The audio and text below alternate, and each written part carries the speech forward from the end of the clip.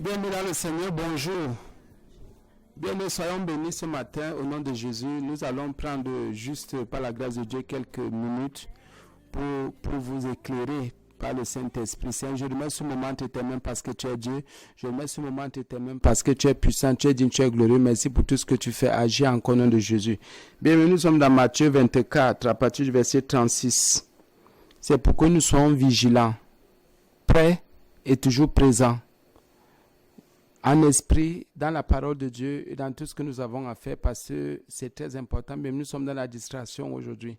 Et c'est vrai, pourtant, nous n'arrivons plus à prier, nous n'arrivons plus à suivre Christ, à servir Christ, à adorer Christ parce que nous sommes dans nos mauvaises voies, nous sommes dans des choses bizarres. La Bible dit aujourd'hui, dans Matthieu 24, je vais juste lire, bien aimés frères et sœurs en Jésus. Pour ce qui est du jour et de l'heure, personne ne le sait. La Bible dit personne. Ici, là même, c'est Jésus qui parle. Personne ne le sait. Premièrement, personne ne le sait. Ni ton grand-père, ni ta grand-mère, ni aucune religion, ni aucune congrégation, ni aucune confédération, ni aucune religion, je ne sais même plus, ni le diable, ni Satan, personne ne le sait. La Bible dit ni les anges. Que quelqu'un ne te dise pas, un ange est venu me dire que la fin du monde, c'est demain. Jamais. Appuie-toi sur la parole de Dieu, mais sois vigilant. La Bible continue, ni les anges des cieux, ni le Fils. Mais il y aura une fin. Puis la Bible dit, pour ce qui est du jour et de l'heure, donc il y aura un jour et il y aura une heure. Et c'est important. Prépare-toi pour ce jour, prépare-toi pour cette heure. Es-tu déjà prêt? Es-tu déjà prête pour le jour et pour l'heure? La Bible dit qu'il y en a qui n'ont même pas connaissance. Ni les anges, ni le Fils lui-même. Même Jésus qui parle dit qu'il ne sait pas. Mais le Père seul, il n'y a qu'une seule personne qui a connaissance et qui a prévu toute chose, qui a prévu la fin de toute chose, c'est le Père. Et on nous prend un exemple qui est très patent, un exemple qui est très fort. Un exemple que nous connaissons tous et les preuves sont non seulement bibliques mais aussi physiques. Ce qui arriva du temps de Noé arrivera de même. La Bible est claire. Arrivera de même. C'est arrivé, ça revient encore. De même, à l'avènement du Fils de l'homme. Car dans les jours qui précédaient le déluge était une forme de fin. Une forme de fin du monde. Et comme d'habitude, chaque fois qu'il y a une fin, il y a toujours un reste qui est sauvé ou un nombre qui est sauvé. Qu'on ne vous mente pas. Il y a toujours un reste qui est sauvé. Il y a un nombre qui est toujours sauvé. C'est un peu comme quand quelqu'un meurt. Quelqu'un meurt et il y a des vivants qui restent. Quand quelqu'un meurt, il y a quelqu'un qui est né, un enfant qui naît quelque part. En fait, même c'est comme ça. Quand quelqu'un perd son travail de l'autre côté, il y en a qui gagnent de ce côté. Quand certains sont élevés de ce côté, d'autres sont abaissés de l'autre. Pendant que d'autres deviennent orgueilleux, d'autres deviennent plus humbles encore. Pendant que le péché est en train d'abonder, de l'autre côté, la grâce surabonde. Pendant que d'autres sont attachés au mal, enracinés dans le mal, et leur cœur ne se tourne que vers le mal, les pensées de leur cœur, d'autres se tournent vers le bien. Ça dit, ces deux versants-là sont toujours très clairs. Ces deux opposés-là sont la réalité de l'homme, la vie et la mort, le bien et le mal, le commencement et la fin. Dieu, le Père créateur de toutes choses, d'un côté, et la source éternelle, sa vie, et de l'autre côté, le diable et son enfer qui lui est réservé. Bien mes frères et sœurs, de tous les temps, de tous les âges, il y a toujours eu une fin. L'empire qu'on appelait Rome, est fini, est parti, il n'y a plus Rome. Aujourd'hui là, l'empire ottoman est parti. Tout ce qui agissait, l'Égypte qui avait une puissance extrême à l'époque, qui était comme les États-Unis aujourd'hui, fini. Babylone de l'époque, fini. La Perse, fini. Bien mes frères et sœurs en Jésus le Christ. La Bible dit, dans Matthieu 24,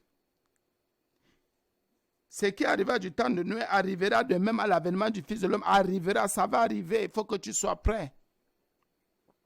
Car dans les jours qui précédaient le déluge, les hommes mangeaient donc avant le déluge. Avant la fin du monde, ça va être la même chose. Avant que quelqu'un ne meure, c'est la même chose. Il y en a qui mangent et il y en a qui boivent. Avant le déluge, c'était la même chose. Mais la Bible dit que Noé était ce prédicateur qui disait aux gens, faites quelque chose. Les gens disaient, ah, laissez-nous ça, nous on mange et nous on boit, nous on se marie et nous on marie nos filles. Mangez et buvez, mais en ayant la crainte de Dieu, dans la sanctification. Mariez-vous et mariez même vos enfants, mais dans la crainte de Dieu, dans la sanctification, sachant qu'il y aura une fin. Dans tout ce que nous faisons, il y a une fin. Et un commencement, il y a une fin. L'homme est venu sur terre pour commencer, pour mourir.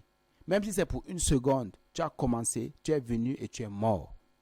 Que ce soit les herbes des champs ou les animaux de la forêt, de la brousse, nous tous, création de Dieu ou créature de Dieu, nous avons un commencement et une fin. Nos vies ne dépendent pas de nous. Nous devons nous confier maintenant au Père. Au Père. Et comme le Père nous a donné le Fils, nous devons comprendre que nous n'avons pas le choix. Nous ne devons que nous confier aux Saintes Écritures.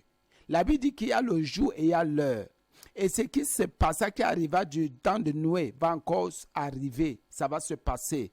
Les gens vont manger comme les gens mangent. Les gens vont boire. Les gens vont se marier. Les gens vont marier les enfants. Les gens vont se construire. Les gens vont prendre des avions. Les gens seront votés. Les gens seront élevés. Les gens vont s'acheter des voitures. Les gens vont s'acheter des terrains, des lots. Les gens iront dans leurs activités. Les gens feront tout ce qu'il y a à faire. Les gens vont même inventer. Les gens d'autres seront en guerre. Parce que pendant que Jésus reviendra, il y a des nations qui seront en guerre. Il y a des nations qui seront pauvres, qui seront affamées. D'autres nations seront encore plus riches. Il y a des personnes qui seront encore plus riches. Jésus reviendra. Et il y a un nombre qui sera sauvé. La Bible dit, jusqu'au jour où Noé entra dans l'arche, il y a le mot entrer. Jusqu'au jour où Jésus va venir enlever son peuple. Nous devons nous préparer pour l'enlèvement. Nous devons nous préparer pour la suite. Parce que le royaume de Dieu est notre royaume. Nous les sanctifier, nous les mis à part. Et nous devons nous préparer tous les jours.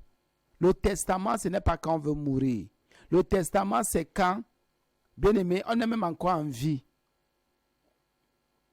Ça, c'est clair. La Bible dit ceci. Et il ne se doutait de rien. Il ne se doutait de rien. Fais attention. Tu ne sais pas de quoi faire la seconde qui suit. Un enfant du royaume qui va vivre éternellement avec le Père se prépare toutes les minutes, tous les jours, toutes les secondes. Pas de distraction. Pas de distraction.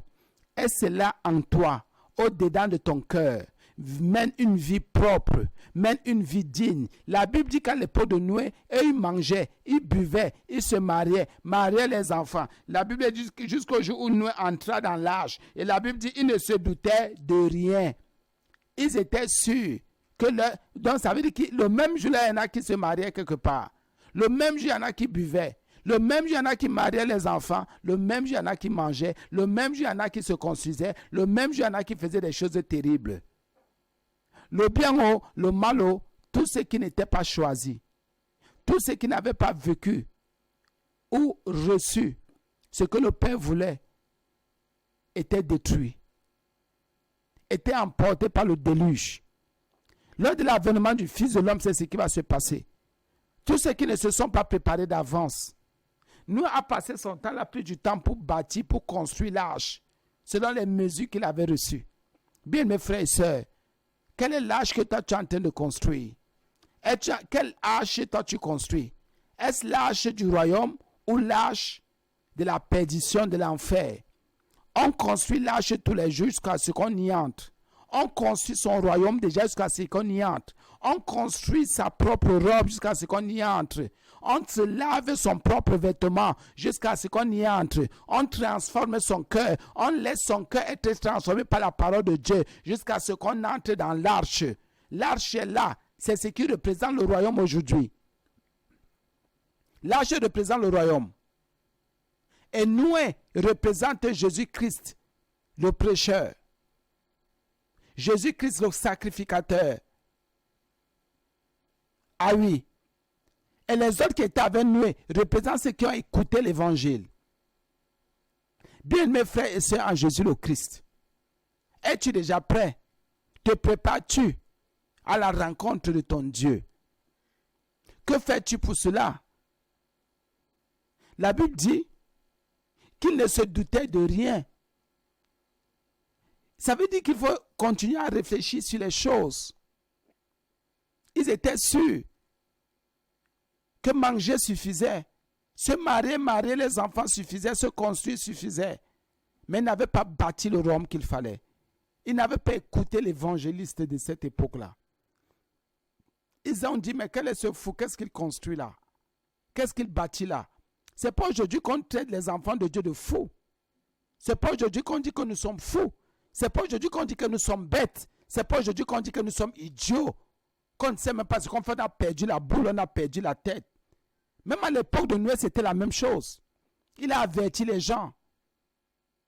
Bien, mes frères et sœurs en Jésus, as-tu une relation pure, vraie et véritable avec ton Dieu? Oui, Dieu bénit, nous le savons. Oui, Dieu ouvre les portes, nous le savons. Oui, Dieu nous donne la grâce, nous accorde la grâce des dons, nous le savons. Oui, Dieu peut te permettre de te construire, de te marier, il le permet. Mais n'oublie pas qu'il reviendra un jour. Et n'oublie pas que tout ce que tu fais là aura une fin. C'est pour ça qu'à un moment donné, se battre, se donner pour certaines choses ne sert à rien. À un moment donné, se soucier, s'inquiéter de certaines choses, vous comprenez que ça ne sert à rien. Ça sert à quoi de s'inquiéter des choses matérielles si nous ne savons même pas si nous sommes sauvés? Si Jésus revient là, tu t'inquiètes de ton travail, ouais, de ton fils, de ta fille, de ton mari, de ta femme, de tes affaires, de tes activités, de l'argent, de ta santé physique. Tu ne sais même pas si ton âme est sauvée. La Bible dit, il ne doutait de rien. Jusqu'à ce que le déluge vint. Et les emporta, il y a le mot tous. Jusqu'à ce que le feu descende du ciel et brûle. Jusqu'à ce que le grand nombre, le peu là soit sauvé. Et que le grand nombre soit détruit, délaissé. Et il y aura des grincements, des dents et des pleurs et des cris. La Bible dit, il en sera de même à l'avènement du Fils de l'homme. Il en sera de même. Bien-aimé mon frère, ma soeur en Jésus, il en sera de même. Le Fils de l'homme revient. Il revient dans toute sa gloire. Il revient dans toute sa puissance. C'est juste pas une menace, un avertissement. C'est un appel. C'est pour te dire, mon frère, ma soeur, Jésus revient. Prépare-toi. Nous avons beaucoup de choses à abandonner. Nous sommes des corrompus. Abandonnons toute forme de corruption. Abandonnons toute forme de manipulation. Nous passons notre temps à nous manipuler, à manipuler les uns les autres. Et nous croyons même que nous pouvons manipuler l'Esprit de Dieu. Ben mes frères, c'est en Jésus. Et la Bible prend certains exemples. Alors, de deux hommes qui seront dans un champ, l'un sera pris et l'autre laissé. Celui qui est pris, c'est celui qui a fait la volonté de Dieu. C'est celui qui a gardé sa robe blanche, sa robe propre, sa robe pure. Il y a le mot laissé. De deux femmes qui mourront à la meule, l'une sera prise et l'autre laissée. On ne prend que les saints et les saintes. Les cœurs purs et les cœurs vrais. C'est pour ça que même avec nos frères, nous devons avoir la bonne attitude. Veillez donc, verset 42, nous sommes dans Matthieu 24, verset 42. Veillez donc. Vous savez, quand quelqu'un veille, il ne dort pas. Il a toujours à cœur, à l'esprit, qu'il y a quelque chose qui peut arriver. Ton comportement montre que tu es en train de veiller. Ton attitude montre que tu veilles. Ton rythme de vie montre que tu veilles. Ton rythme de prière montre que tu veilles. Ta consécration à Dieu, je voulais dire consécration à Dieu, montre que tu veilles. La séparation du mal que tu es en train de travailler, tu travailles, tu progresses, montre que tu veilles. Veiller, c'est être vigilant. Veiller, c'est ne pas perdre la main. Veiller, c'est être pointueux sur chaque chose qu'on dit, chaque chose qu'on fait. Parce qu'il y va de notre âme. Du gain de notre âme, de la vie éternelle. Est-ce que tu veilles? Tu ne peux pas veiller en recherchant les choses du monde et de la terre. Tu ne peux pas veiller en cherchant à t'accrocher à terre et sur la terre. Non. Tu ne peux que veiller en regardant vers les cieux. Or, les cieux ont déjà libéré l'évangile, la doctrine. Le Fils est là. Avec la sanctification, la sainteté, la vérité. La Bible te dit de veiller. Même celui qui va mourir demain, s'il ne veille pas, il sait où il ira en enfer, parce que l'enfer existe. Il sait où il ira. Même moi qui vous prêche là, si je ne veille pas, j'irai en enfer. Si je ne veille pas. Si je ne garde pas ma robe propre, ma robe pure, ma robe sainte, ma robe digne devant le Père. Quand il faudra enlever. Ça veut dire que de deux qui prêcheront, il y a une personne qui sera enlevée, l'autre qui sera laissée. Et il y a le mot pris, donc prendre.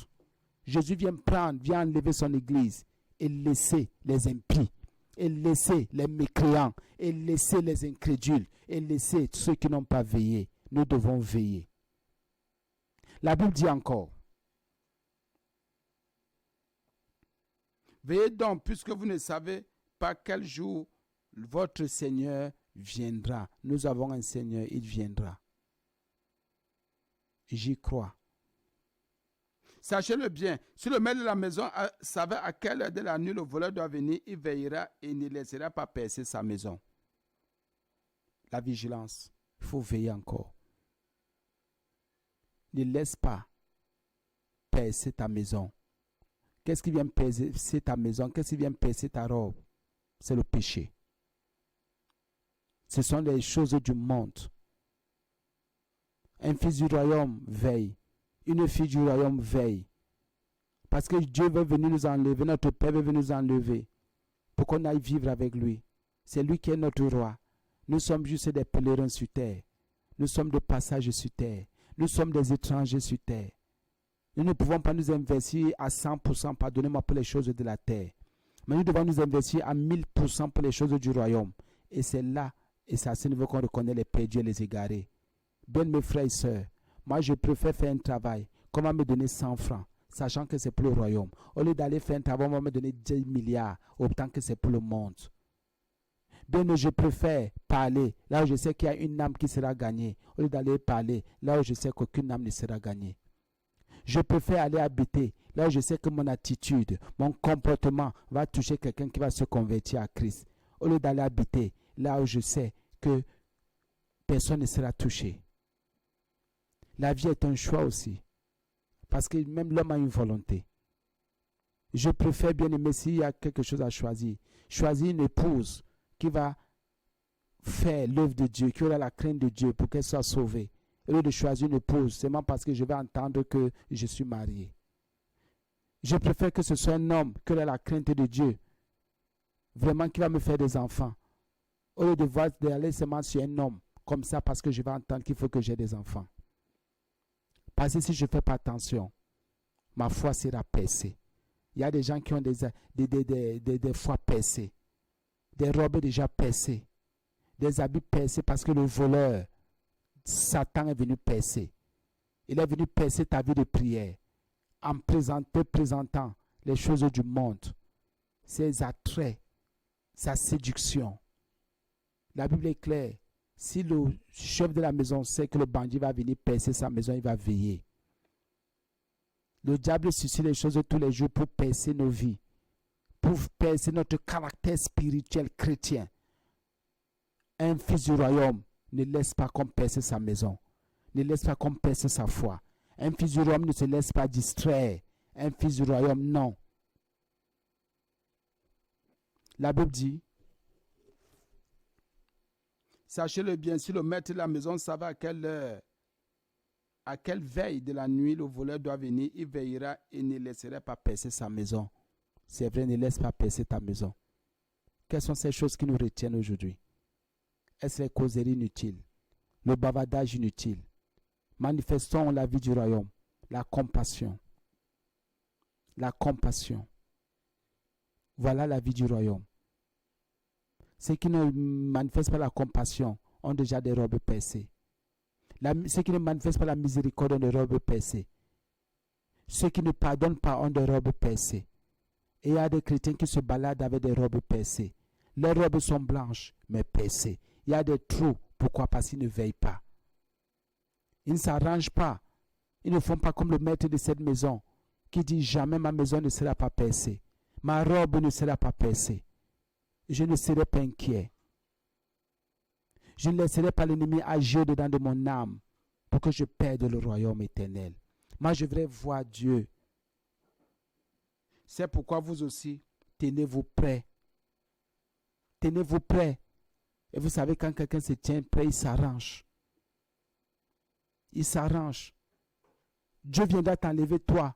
Il ne viendra pas enlever ta maison. Il ne viendra pas enlever ta voiture, tes voitures. Il ne viendra pas enlever ton travail. Il ne viendra pas enlever ce qui est terrestre et ce qui est physique.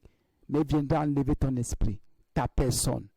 La personne qui a adoré, qui l'a adoré, qui l'a servi. La personne qui s'est donnée. La personne qui n'a pas laissé sa robe être percée par le péché, par le mal. C'est pour ça que la Bible dit qu'il ne faut pas s'amasser des richesses sur terre parce qu'il y a la teigne qui ronge. C'est cette teigne-là qui perce les vêtements. C'est cette teigne-là qui perce la tête, qui perce le cuir chevelu. C'est cette teigne-là qui perce la peau, qui perce la vie de Dieu à nous. La Bible dit qu'il faut être prêt. Es-tu prêt? Sois prêt. Quand un enfant va aller composer, même si c'est après 9 mois, commence à se préparer le premier jour. Quand quelqu'un dit qu'il veut se marier, c'est le premier jour qu'il commence à préparer les 40 ans, 50 ans de mariage. Quand quelqu'un dit je vais faire ceci dans ma vie, qui a mis une révélation, dès que la révélation descend, c'est là où il commence à se préparer. Peu importe le niveau spirituel que tu auras, mais l'essentiel est que tu sois prêt, dans la crainte de Dieu. Peu importe les dons spirituels que tu auras, l'essentiel est que tu sois prêt. Que tu sois un jeune converti, ou un ancien converti, ou bien je ne sais même plus. L'essentiel est que tu sois prêt. Que tu aies Jésus en toi. Et que tu te sois donné pour Christ seulement, pour sa cause, pour son service, pour son royaume. C'est ça la bonne attitude. Il faut être prêt. Es-tu prêt? La Bible dit, tenez-vous prêt. On se tient prêt. On est debout spirituellement. Même si ton corps est couché, ton esprit reste debout pour veiller. Pour que la robe ne soit pas percée. Pour que ta maison ne soit pas percée.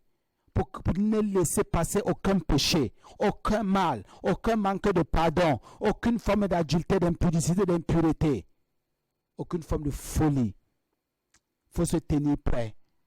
Nous devons nous tenir prêts comme des soldats. Vous savez, quand il y a un coup qui va venir, tout le monde est prêt. La Bible dit qu'il faut être en alerte. Soyons en alerte, bien-aimés. Ne mettons pas nos cœurs dans des choses qui ne nous serviront à rien. Éternellement, dans les cieux que vous voyez plus haut là, nous avons des maisons. Jésus a dit, je m'en vais vous préparer des demeures. Il y a plusieurs demeures. Regardez comment le ciel est plus vaste que toutes les nations du monde. Parce que là, il y a la mer.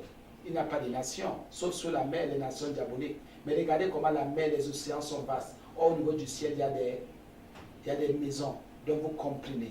Et toute la terre n'est pas encore habitée. Donc vous comprenez maintenant qu'il y a plus de maisons.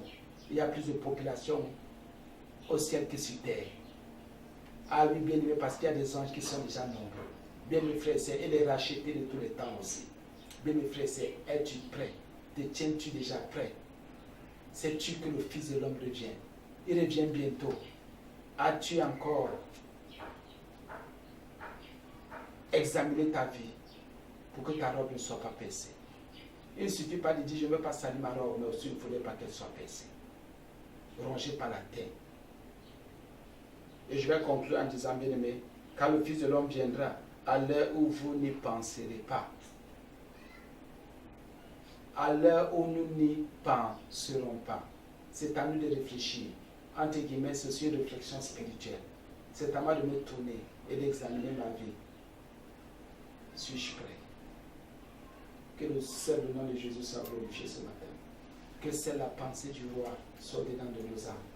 Et que la purité de son esprit nous conduise dans l'éternité de sa gloire. Parce que c'est lui qui règne en nous. Par sa parole, il nous a libérés. Par son sang, il nous a justifiés. Par son sang, il nous a purifiés. Par son sang, il a pardonné tous nos péchés et tous nos péchés. Parce qu'il est Dieu Il nous aime de toute éternité. C'est lui qui nous a oint, qui nous a choisis et qui nous donne son message ce matin pour que nous puissions nous convertir, pour que nous puissions nous repentir, pour que nous puissions garder nos robes propres, pures, pas percées, pas de taches, que nous soyons irrépréhensibles, irréprochables lors de l'avènement du Fils de Dieu, lors de l'avènement de notre Seigneur et Sauveur Jésus-Christ. Préparons-nous purement et proprement. Merci Seigneur pour ce moment. Merci Seigneur pour ce message. Merci parce que tu as touché l'esprit quelque part. Merci parce que tu as encore convaincu quelqu'un. Merci parce que tu as gagné quelqu'un. Pour la gloire de ton nom, j'ai prié. C'est que tu es au nom de Jésus. Amen.